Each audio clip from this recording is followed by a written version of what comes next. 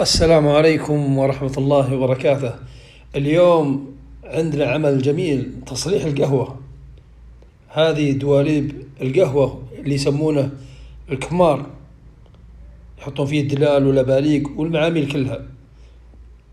هذه الدلال داسة فوق الكمار. نجهز المعاميل، نجهز القهوة، ونجهز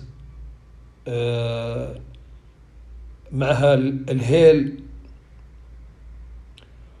ونجهز كذلك النجر عشان ندق القهوة، ونجهز التلقيمة عشان نغلي فيها القهوة. نحمس أول شيء القهوة، حمسة القهوة ممتازة في البداية، مو محموسة لها شهر. ثم نبردها في المبرد، يسمونها مبرد، هذا الأولين يسمونها مبرد. نبرد القهوة، إذا بردت رجعها في النجر وندقها.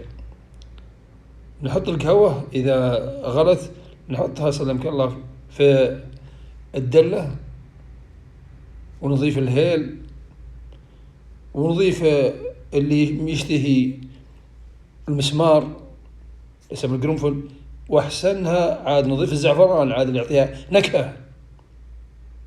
الآن نخليها تغلي، ثم ننزلها في الدلة. عاد إذا نزلت الدلة خلاص جهزت القهوة، خلاص. وين ضيوفك؟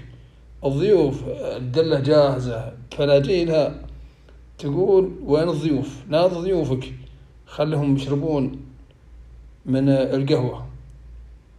هذا فنجان الكيف، وسلامتكم.